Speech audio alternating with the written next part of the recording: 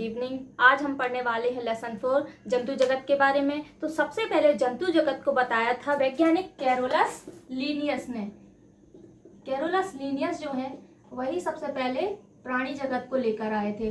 किस वर्गीकरण के अंतर्गत? द्वि जगत वर्गीकरण के अंतर्गत। इन्होंने क्या क्या बताया था? पहला पादप जगत और दूसरा जंतु जगत। तो आज हम पढ़ेंगे सिर्फ जंतु जगत के बारे में। इसके पहले हम पादप जगत पढ़ चुके हैं डिटेल में। तो सबसे पहले हम क्या देखेंगे? जंतु के लक्षण। जंतु जगत के अंतर्गत किसके लक्षण देखेंगे? जंतुओं के लक्षण देखेंगे। तो जो जंतु होते हैं वो बहुत सारी कोशिकाओं से मिलकर बने होते हैं, इसलिए इनको हम क्या कह सकते हैं? ये कैसे होते हैं? बहुकोशिकीय प्राणी होते हैं। क्लियर? क्योंकि ये बहुत सारी कोशिकाओं से मिलकर बने होते हैं। ये कैसे होते हैं? मल्टी सेल्यूलर, ठीक है, बहुकोशिकीय जीव होते हैं। अब इनकी जो कोशिका होती है उसमें ट्रू न्यूक्लियस पाया जाता है, इसलिए इन्हें हम क्या कहेंगे? यूकैरियोटिक। ठीक है, तो सबसे पहला पॉइंट क्या हो गया जंतुओं के बारे में? ये कैसे होते हैं? बहुकोशिकीय जीव होते हैं। और दूसरा यूकैरियोटिक जीव होते हैं। ओके। थर्ड, जंतु कहाँ पाए जाते हैं? जितने भी प्रकार के जंतु होते हैं वो जल में, थल में, वायुमंडल में। इसके अलावा कुछ जो उभयचर होते हैं वो जल और थल दोनों स्थानों पर पाए जाते हैं। ठीक है, जल और थल दोनों स्थानों पर पाए जाते हैं। कौन? एम्फीबियन या उभयचर जंतु। ठीक है, तो ये इनका हैबिटेट हो गया। नेक्स्ट, जंतु जो होते हैं वो कैसा भोजन करते हैं? जंतु क्या करते हैं? भोजन को पहले चबाते हैं और फिर निकल कर खा जाते हैं। इस विधि को कहते हैं प्राणी समभोजी। यानी इनमें कैसा पोषण पाया जाता है? प्राणी जंतु कैसे होते हैं? प्राणी समभोजी होते हैं या होलोजोइक भी कहते हैं जैसे। ठीक है, अब जो जंतु होते हैं वो क्या स्वयं भोजन बना सकते हैं?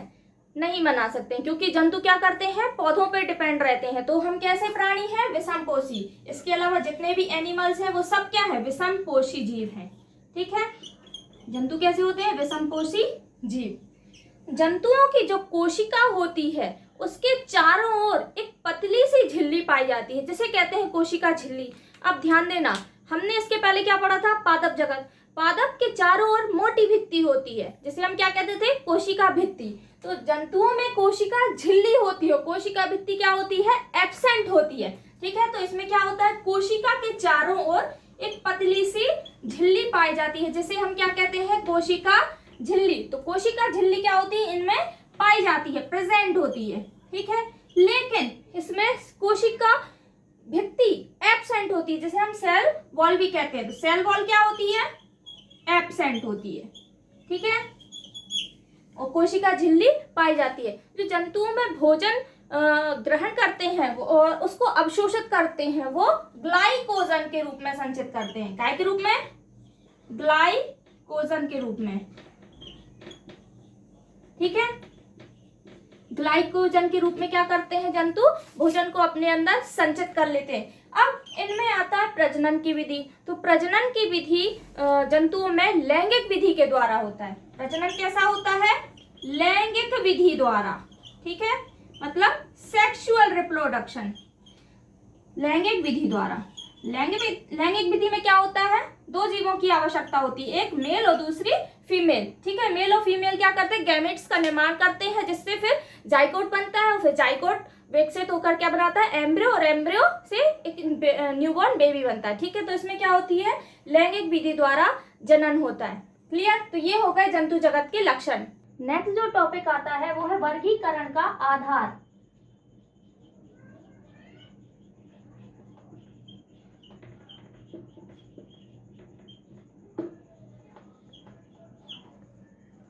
बहुत सारे प्राणी होते हैं, लगभग 12 लाख से भी ज्यादा जंतु पाए जाते हैं। इसलिए क्या किया वैज्ञानिक ने? इनको अलग अलग क्लास में डिवाइड कर दिया, मतलब उनका क्या कर दिया? क्लासिफिकेशन कर दिया। अब जो क्लासिफिकेशन है वो भी क्या होता है? शरीर में कई प्रकार की समानताएं, उनकी शारीरिक रूपरेखा के अनुसार वर्गीकरण का आधार बनाया गया। मतलब वर्गीकरण किस बेसिस पे किया गया? तो वर्गीकरण का आधार है वो, सबसे पहला आधार है संगठन स्तर।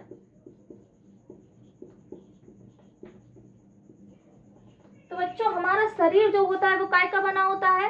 सबको पता होगा जो हमारा शरीर है वो कोशिकाओं से मिलकर बना होता है ना। और जो जंतु होते हैं वो बहुकोशिकीय जंतु होते हैं, लेकिन कुछ जो जंतु होते हैं वो केवल कोशिका से मिलकर बने होते हैं। ठीक है, जैसे मान लो ये है कोशिका, ये क्या है, कोशिका। अब आपको पता होना चाहिए कि जब कई कोशिकाएं मिल जाती हैं तो वो क्या बना लेती हैं, अंग, ऊतक। ठीक है, और जब कई ऊतक मिल जाते हैं तो वो क्या बना लेते हैं, अंग। और कई अंग मिलकर के क्या बना लेते हैं, अंग तंत्र। इसी आधार पे क्या किया गया है, इनको वर्गीकरण का आधार बनाया गया। तो संगठन स्तर में किस जीव में कौन सा संगठन पाया जाता है, तो सबसे पहले हम क्या देखेंगे, ए नंबर देखेंगे, कोशिका स्तर के आधार पर जीवों का वर्गीकरण। कोशिका स्तर, सेल्यूलर लेवल। तो सेल्यूलर लेवल में क्या बताया है कि कुछ जीव ऐसे होते हैं जिनका शरीर केवल कोशिकाओं से मिलकर बना होता है। ठीक है, इनमें ना ऊतक होते हैं, ना अंग होते हैं, ना ही अंग तंत्र होते हैं। ठीक है, अंग तंत्र मतलब पाचन तंत्र, श्वसन तंत्र, तंत्रिका तंत्र, उत्सर्जन तंत्र, ये सब क्या है, अंग तंत्र होते हैं। तो उनका शरीर केवल काय से मिलकर बना होता है, कोशिकाओं से मिलकर बना होता है। तो वो कौन सा लेवल हो गया, कोशिका स्तर हो गया। जीवों का शरीर काय से मिलकर बना होता है, कोशिका से बना होता है।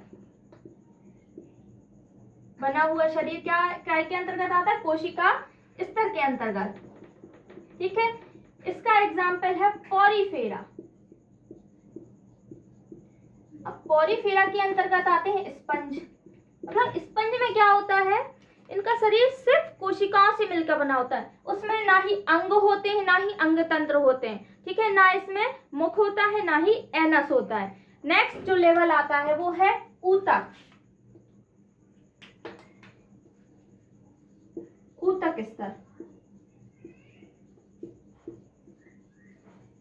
ऊतक स्तर के अंतर्गत मतलब जैसे कुछ जीव होते हैं उनका शरीर कोशिकाएं, कई कोशिकाएं मिलकर के क्या बना लेती हैं, ऊतक। तो इनका जो शरीर होता है वो इनसे डेवलप होता है, विकसित प्राणी होते हैं इसकी अपेक्षा। तो इनका शरीर कैसे मिलकर बना होता है, ऊतक से मिलकर बना होता है। ठीक है, ऐसे जीवों का शरीर ऊतक से मिलकर बना होता है। इसके अंतर्गत इसका एग्जाम्पल है सीलेंट्रेटा। ठीक है, सीलेंट्रेटा। थर्ड है अंग स्तर।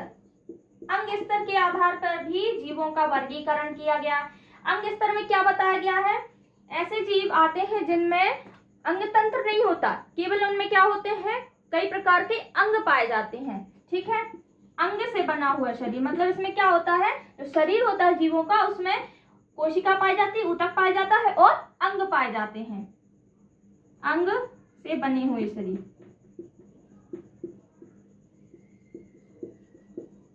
जीव किसके अंतर्गत, किसको इसके अंतर्गत रखा गया है, क्लियर। इसका एग्जाम्पल है प्लेटीहेल्मिन्थेस। हाँ, ध्यान देना, जो प्लेटीहेल्मिन्थेस है इसमें क्या होता है, अंधकोश गुहा होती है। क्या होती है, एक अंधकोश गुहा होती है, ब्लाइंड सैक कैविटी। ठीक है, अंधकोश गुहा। ये जो गुहा होती है एक इस प्रकार की, जैसे ये कोई भी जीव है उसमें एक ही छिद्र पाया जाता है, वही छिद्र उसी से क्या करता है, जीव भोजन को भी ग्रहण करता है और उससे अनपचे भोजन को शरीर से बाहर भी निकाल देता है। वो कहलाती है अंधकोश गुहा, यानी कि ब्लाइंड सैक कैविटी। ठीक है, तो इन जीवों में क्या होती है, अंधकोश गुहा पाई जाती है। इसी के द्वारा क्या करता है, जीव भोजन को ग्रहण भी करता है और अनपचे भोजन का त्याग भी करता है। मतलब इनमें क्या होता है, केवल एक ही छिद्र पाया जाता है शरीर में, भोजन को ग्रहण भी करता है और इसी से क्या करता है, अनपचे भोजन को शरीर से बाहर भी कर देता है। ठीक है, मतलब भोजन की एंट्री भी होती है और एग्जिट भी इसी गुहा से होती है। ये किसमें पाई जाती है, प्लेटीहेल्मिन्थेस से भोजन को बाहर भी किया जाता है। ठीक है, एक ही छिद्र के द्वारा। नेक्स्ट हमारा आता है लास्ट अंग तंत्र। ठीक है, अंग तंत्र स्तर। ये जो होते हैं प्राणी ये सबसे विकसित होते हैं। ठीक है, क्योंकि इनमें क्या पाया जाता है, कंप्लीट अंग तंत्र। ठीक है, जैसे मान के चलो कौन सा अंग तंत्र है, पाचन तंत्र, ठीक है, पाचन तंत्र इनमें पाया जाता है। अब इसके अलावा जैसे पाचन तंत्र कोई भी जीव है, ये है, मान लो ये है जीव, तो यहाँ पे जो पाचन तंत्र है इसमें क्या होते हैं, 2 छिद्र होते हैं, ठीक है। अंग स्तर में क्या था, केवल एक छिद्र था, ठीक है, लेकिन इसमें क्या होते हैं, 2 छिद्र होते हैं। जो पहला छिद्र होता है वो क्या होता है, मुख, और दूसरा गुदा या जिसे कहते हैं एनस, ठीक है, सभी लोग जानते होंगे ये चीज। तो मुख से क्या करते हैं, प्रॉपर एक नलिका होती है, इसलिए इसमें क्या होती है, अंडकोश गुहा, लेकिन इसमें होती है नलिका के अंदर नलिका योजना, ठीक है, इसमें क्या होती है, नलिका के अंदर नलिका योजना, मतलब कि इसमें एक प्रॉपर एक नलिका होती है जिसमें 2 छिद्र होते हैं। पहला जो छिद्र होता है वो मुख होता है, दूसरा क्या होता है, गुदा। मुख से क्या करते हैं, भोजन को ग्रहण किया जाता है, और एनस से क्या करते हैं, अनपचे भोजन को शरीर से बाहर कर दिया जाता है। क्लियर। इसके अंतर्गत एस्के हेलमिन्थिस और जितने भी प्रकार के कॉर्डेट्स प्राणी है, हेमिकॉर्डेटा, कॉर्डेटा, वो सब इसी के अंतर्गत आ जाएंगे। कॉर्डेटा इसका एग्जाम्पल क्या हो जाएगा, कॉर्डेटा, एस्के हेलमिन्थिस मतलब एस्केरिस वगैरह, एस्के हेलमिन्थिस इसका एग्जाम्पल है। क्लियर, ये चीज आप नोट कर लो। सेकंड क्या आता है, सम्मिति, या जिसे सिमेट्री भी कहते हैं। क्लियर, पहला क्या देखा था हमने, संगठन स्तर, दूसरा क्या है, सम्मिति। तो सम्मिति क्या होती है, जो जीवों का शरीर होता है उनकी अंगों की व्यवस्था के स्वरूप को कहते हैं सम्मिति, ठीक है। जीवों के शरीर में जो अंगों की व्यवस्था होती है उसको क्या कहते हैं, सम्मिति। सम्मिति के आधार पर जीवों को 3 भागों में बांटा गया है। क्लियर, तो पहला जो पॉइंट है वो है असम्मित जीव।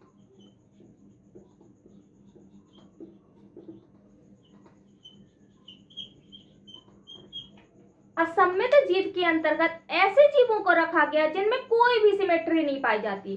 समझ रहे हैं, मतलब इन्हें किसी भी तल से या प्लेन से काटेंगे तो 2 बराबर भागों में नहीं बांट, आप इनको किसी भी तल से काट के देख लो वो 2 बराबर भागों में नहीं बटेंगे, मतलब असम्मिति पाई जाती है। ऐसे जीव आते हैं इसके अंतर्गत, ऐसे जीव जिनमें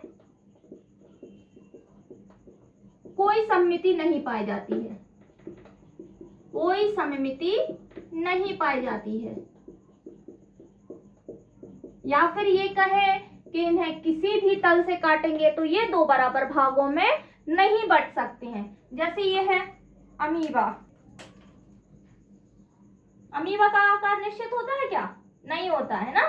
तो अमीबा को ये है अपना आकार तुरंत बदल लेता है। अमीबा को हम काटना चाहे 2 बराबर भागों में तो ये कट सकता है, किसी भी प्लेन से काटो तो कट जाएगा, नहीं कटेगा, इसलिए क्या है, असम्मित जीव है। तो इसका एग्जाम्पल अमीबा होगा। और पोरीफेरा, पोरीफेरा संघ के अंतर्गत इसको रखा गया है, मतलब पोरीफेरा संघ के जो जीव हैं वो असम्मित जीव कहलाते हैं, क्योंकि इनको किसी भी तल से काटेंगे तो ये 2 बराबर भागों में नहीं बटेंगे, ठीक है। पोरीफेरा के अंतर्गत स्पंज आते हैं। दूसरा हमारा जो है अरीय सम्मिति, बता दे रही हूं, दूसरा पॉइंट क्या है, अरीय सम्मिति।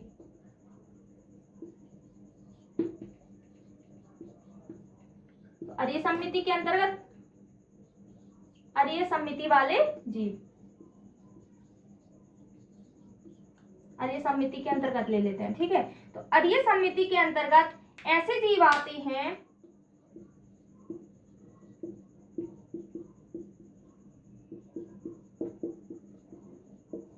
जिनको किसी भी तल से आप काटेंगे तो वो 2 बराबर भागों में बट जाते हैं, जिन्हें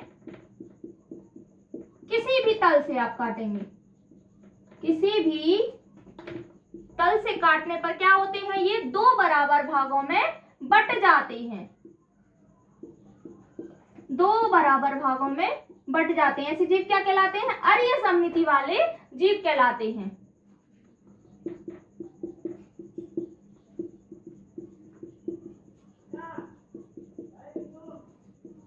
ठीक है, जैसे ये है चित्र,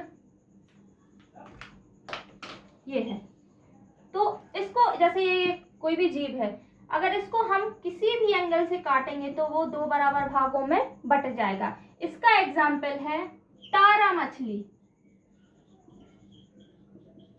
तारा मछली का जो शरीर होता है उसमें कितनी भुजाएं होती हैं? 5 भुजाएं होती हैं। ठीक है, इसको किसी भी एंगल से काटेंगे तो वो 2 बराबर भागों में बट जाएगा। ऐसी सममिति जिसमें किसी भी जीव को किसी भी तल से काट लो, आप किसी भी प्लेन से काट लो तो वो 2 बराबर भागों में बट जाता है, वो क्या कहलाते हैं? अरे सममिति वाले जीव कहलाते हैं। इसका एग्जाम्पल क्या है? तारा मछली या फिर हाइड्रा। थर्ड आता है द्विपार्श्व सममिति। लिख देते हैं। द्विपार्श्व सममिति के अंतर्गत ऐसे जीव आते हैं जिन्हें केवल 1 या 2 तलों में काटेंगे तो वो 2 बराबर भागों में बट जाएंगे। ऐसे जीव आते हैं जिन्हें कितने प्लेन से, कितने तलों से? 1 या 2। ठीक है, 2 तलों से काटने पर ये क्या होंगे? 2 बराबर भागों में बट जाएंगे।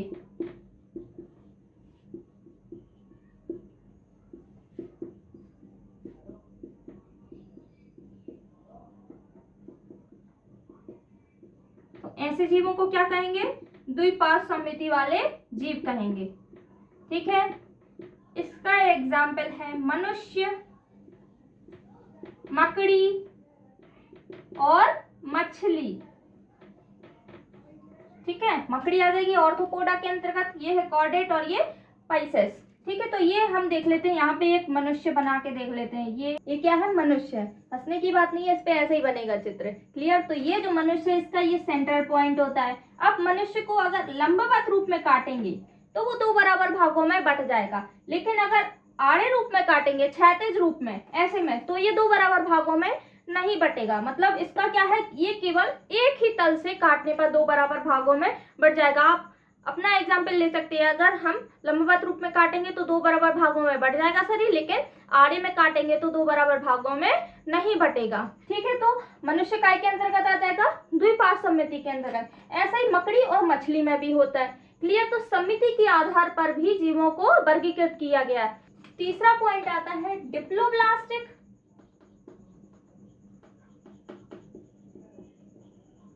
और ट्रिप्लोब्लास्टिक।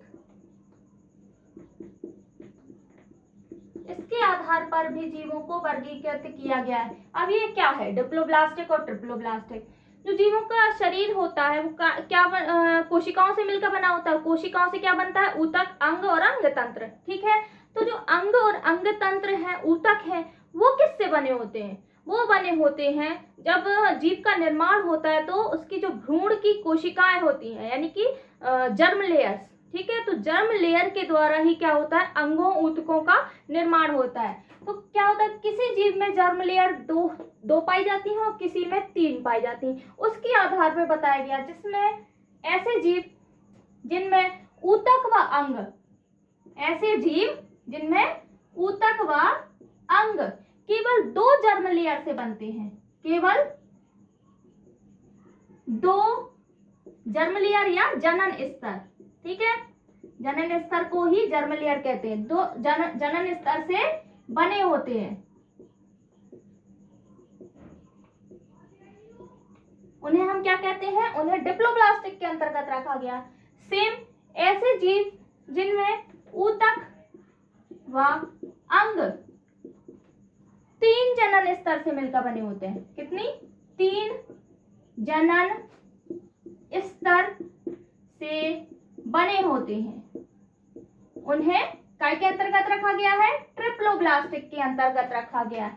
ठीक है, तो जो डिप्लोब्लास्टिक होता है उसमें क्या होती है? कौन कौन सी लेयर्स होती हैं?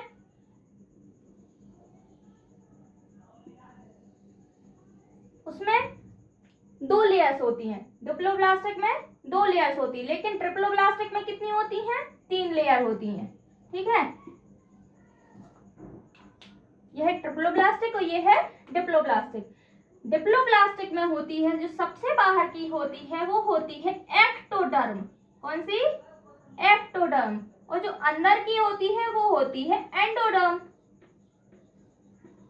और इसमें बीच वाली क्या होती है, एब्सेंट होती है। यानी इसके जो ऊतक और अंग होते हैं वो केवल 2 जर्म लेयर या जनन स्तर से मिलकर बने होते हैं। लेकिन ट्रिप्लोब्लास्टिक जीवों के अंतर्गत किसको रखा गया है, जिनमें 3 जनन स्तर पाई जाती हैं। सबसे बाहरी एक्टोडर्म, ठीक है, सबसे अंदर की एंडोडर्म, और जो बीच की होती है वो कहलाती है मीजोडर्म। क्या कहलाती है, मीजोडर्म। ये हो गया ट्रिप्लोब्लास्टिक, ट्रिप्लोब्लास्टिक, ठीक है, और ये डिप्लोब्लास्टिक, ठीक है। नेक्स्ट पॉइंट आता है, मतलब इनके आधार पर भी क्या किया है, जीवों को वर्गीकृत किया गया। नेक्स्ट क्या आता है, सीलोम। अब भाई ये सीलोम क्या है, बात आती है। तो सीलोम जो होता है, हमारे शरीर में क्या होता है, खून बहता रहता है, लेकिन खून कहाँ बहता है, ऐसे तो नहीं बहता रहता है, कहाँ बहता है, नलिकाओं में बहता है, ठीक है ना। तो सीलोम क्या होता है, हमारे शरीर में जो पाचन नाल है, पाचन नाल, वह शारीरिक भित्ति, जो हमारे शरीर की जो बाहर की लेयर है वो क्या है, हमारी बॉडी वॉल है या शारीरिक भित्ति है, बॉडी वॉल या शरीर की भित्ति।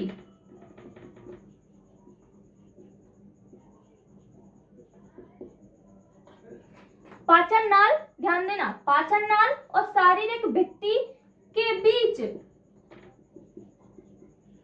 क्या होता है, एक तरल पदार्थ होता है, के बीच पाया जाने वाला, पाई जाने वाली गुहा या कैविटी, इंग्लिश में गुहा को क्या कहते हैं, कैविटी, को कहा जाता है सीलोम, और सीलोम को हिंदी में कहा जाता है देह गुहा। क्या कहते हैं, देह गुहा, ठीक है।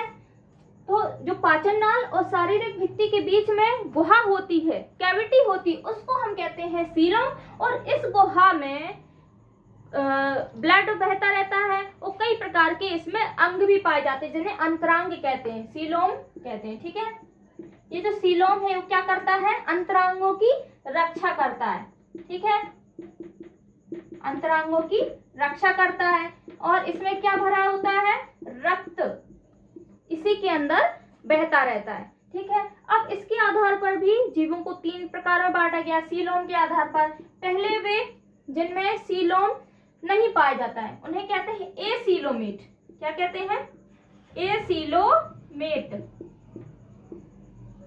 दूसरे वे जिनमें सीलोम पाया जाता है लेकिन कुछ समय के लिए पाया जाता है, उन्हें क्या कहते हैं, कूट सीलोमेट, कूट सीलोमेट।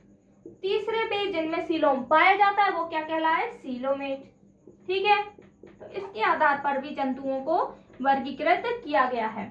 और जो सीलोम है वो भी 2 प्रकार का, मतलब जो उसमें ब्लड बहता है वो भी 2 प्रकार का बहता है। कैसा, पहला जो होता है खुला परिसंचरण तंत्र, खुला परिसंचरण तंत्र, और दूसरा जो होता है बंद परिसंचरण तंत्र। इसका मतलब भी मैं आपको बता रही हूँ, बंद परिसंचरण तंत्र। हमारे अंदर ब्लड क्या होता है, ऐसे ही तो नहीं बहता रहता है, कहाँ बहता है, पतली पतली नलिकाओं में, यानी धमनी शिराओं में, वाहिकाओं में बहता रहता है, ठीक है। तो जो जिस ऐसे जीव जिनमें ब्लड नलिकाओं में बहता रहता है और क्या होता है, शरीर जो ब्लड होता है वो बाहर नहीं निकलता है, ठीक है, शरीर में वहीं के वहीं घूमता रहता है, उनको क्या कहते हैं, बंद परिसंचरण तंत्र। लेकिन कुछ जीव ऐसे होते हैं जिनमें नलिकाएं नहीं होती हैं, उनका ब्लड जो है वो ऐसे ही बहता रहता है, उनमें क्या, उसे क्या कहते हैं, खुला परिसंचरण तंत्र। इसका एग्जाम्पल है आर्थ्रोपोडा। आर्थ्रोपोडा संघ में जो कॉकरोच होता है उसमें ये क्रिया देखने को मिलेगी। बाकी सब में बंद परिसंचरण तंत्र पाया जाता है। इसका बेस्ट एग्जाम्पल है मनुष्य, ठीक है। हमारे शरीर में क्या होता है, ब्लड हृदय से बहकर विभिन्न अंगों तक जाता है, ठीक है। तो हमारे अंदर क्या होता है, बंद परिसंचरण तंत्र पाया जाता है। इसके एग्जाम्पल है एसीलोमेट, जिनमें क्या होता है, सीलोम नहीं पाया जाता, वो होते हैं पोरीफेरा संघ के जीव, ठीक है। कूट सीलोमेट के अंतर्गत आते हैं सीलेंट्रेटा। सीलेंट्रेटा के जीवों में क्या होता है, कूट सीलोमेट होता है। बाकी कॉर्डेट्स, नॉन कॉर्डेट्स और एस्के हेलमिंथिस। एस्के हेलमिंथिस इसमें क्या होता है, सीलोम पाया जाता है, प्रॉपर सीलोम इसमें पाया जाता है। ठीक है, तो सीलोम में क्या होता है, एक जैसे ये पाचन नलिका और इसके बीच में क्या होते हैं, कई अंतरांग पाए जाते हैं। अंतरांग और नलिका के बीच में जो गुहा होती है उसको हम क्या कहते हैं, सीलोम कहते हैं। और सीलोम में ही क्या होते हैं, कई प्रकार के अंग पाए जाते हैं और रक्त वाहिनियां पाई जाती हैं जिसमें रक्त बहता रहता है।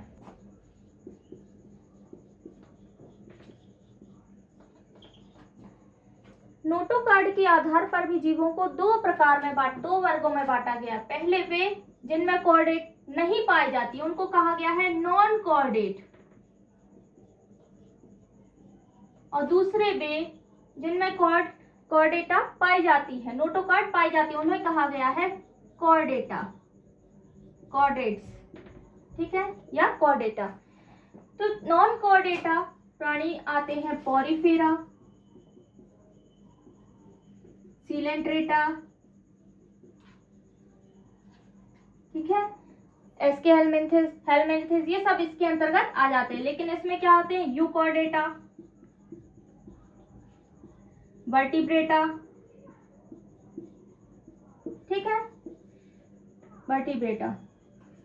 नोटोकार्ड क्या होती है, तंत्रिका तंत्र के अंदर पतला सा धागा शरीर के पिछले हिस्से तक जाता है। और कुछ जीवों में ये नोटोकार्ड पाई जाती है और कुछ में नहीं पाई जाती। जिनमें नोटोकार्ड पाई जाती है उन्हें कहते हैं कॉर्डेट्स, और जिनमें नहीं पाई जाती उनको क्या कहते हैं, नॉन कॉर्डेट्स।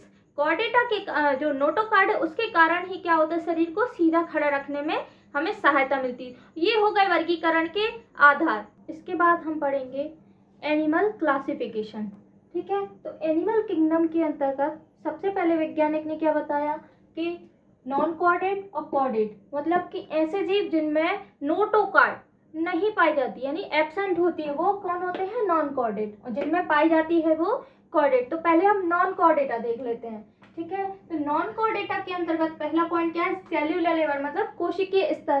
कोशिकीय स्तर के आधार पर क्या होता है, कुछ जीव केवल कोशिका से बने होते हैं। वो क्या थे, हम पहले भी पढ़ चुके हैं, उनको पॉरीफेरा के अंतर्गत रखा गया, जैसे स्पंज वगैरह। ठीक है, तो इनका इस क्लासिफिकेशन के आधार पे क्या होगा, पॉरीफेरा संघ के जंतु आ जाएंगे। ठीक है, वैज्ञानिकों ने 31 संघों के बारे में बताया था, लेकिन 11th क्लास में हमें केवल 11 संघों के बारे में पढ़ना है। ठीक है, ये हो गए 10 बड़े संघ, लेकिन इसके अलावा एक और छोटा संघ है जिसे हम क्या कहते हैं, लघु संघ। लघु संघ वो है टीनोफोरा। ठीक, तो हम यहाँ तक देख चुके हैं। सेलुलर लेवल पे कौन आता है, पोरीफेरा। अब जो टिश्यू लेवल का ऊतक स्तर का संगठन होता है उसमें कौन आता है, सीलेंट्रेटा और टीनोफोरा। ठीक है, इनमें सीलोम नहीं पाया जाता है। ठीक है, या फिर कूट सीलोम कह सकते हैं, इनमें पाया जाता है लेकिन कुछ समय के लिए पाया जाता है। अगला जो क्लासिफिकेशन है वो ऑर्गन सिस्टम लेवल के आधार पर किया गया, मतलब जिनमें अंग पाए जाते हैं और प्रॉपर अंग तंत्र, पाचन तंत्र, तंत्रिका तंत्र, श्वसन तंत्र, ये सभी तंत्र पाए जाते हैं। और उनमें उसमें भी क्या, जिनमें सीलोम नहीं पाया जाता है और जिनमें सीलोम पाया जाता है। तो वे जीव जिनमें अंग तंत्र और अंग पाए जाते हैं लेकिन सीलोम नहीं पाया जाता है, उसके अंदर किसको रखा गया, प्लेटीहेल्मिन्थिस और एस्केहेल्मिन्थिस। क्लियर। लेकिन जो सीलोमेटा है, मतलब जिनमें ऑर्गन सिस्टम और सीलोम भी पाया जाता है, उसके अंतर्गत किसको रखा गया, पहला Annelida, arthropoda, Mollusca, Echinodermata, Hemichordata और कॉर्डेटा। ठीक है, तो इनको किसके अंतर्गत रखा गया, अंग तंत्र, ऑर्गन सिस्टम लेवल के अंतर्गत, और इनमें सीलोम भी क्या होती है, प्रेजेंट होती है। ठीक है, और जिनमें सीलोम एब्सेंट होती है उनको क्या कहते हैं, एसीलोमेटा। इनमें बॉडी कैविटी नहीं पाई जाती है। ठीक है ना, बॉडी कैविटी को ही क्या कहते हैं, सीलोम, और जिनमें बॉडी कैविटी पाई जाती है वो क्या कहलाते हैं, सीलोमेटा। तो एसीलोमेटा के अंतर्गत कौन कौन आ जाएंगे, प्लेटीहेल्मिन्थिस, एस्केहेल्मिन्थिस, और सीलोमेटा के अंतर्गत एलेनिडा, ऑर्थोपोडा, मोलस्का, इकाइनोडर्मेटा, हेमिकॉर्डेटा और कॉर्डेटा। ठीक है, अब सेकेंड आता है कॉर्डेटा, मतलब कि जिनमें मजबूत तंत्रिका पृष्ठ तंतु पाया जाता है, यानी कि नोटोकार्ड क्या होती है, उनमें प्रेजेंट होती है। इसके अंतर्गत हम छोटे वर्ग देखेंगे। जो पहला वर्ग है वो पाइसेस, यानी कि मछली वाला वर्ग। अब मछलियां भी दो प्रकार की होती है, कार्टिलेजिनस और बोनीफिस।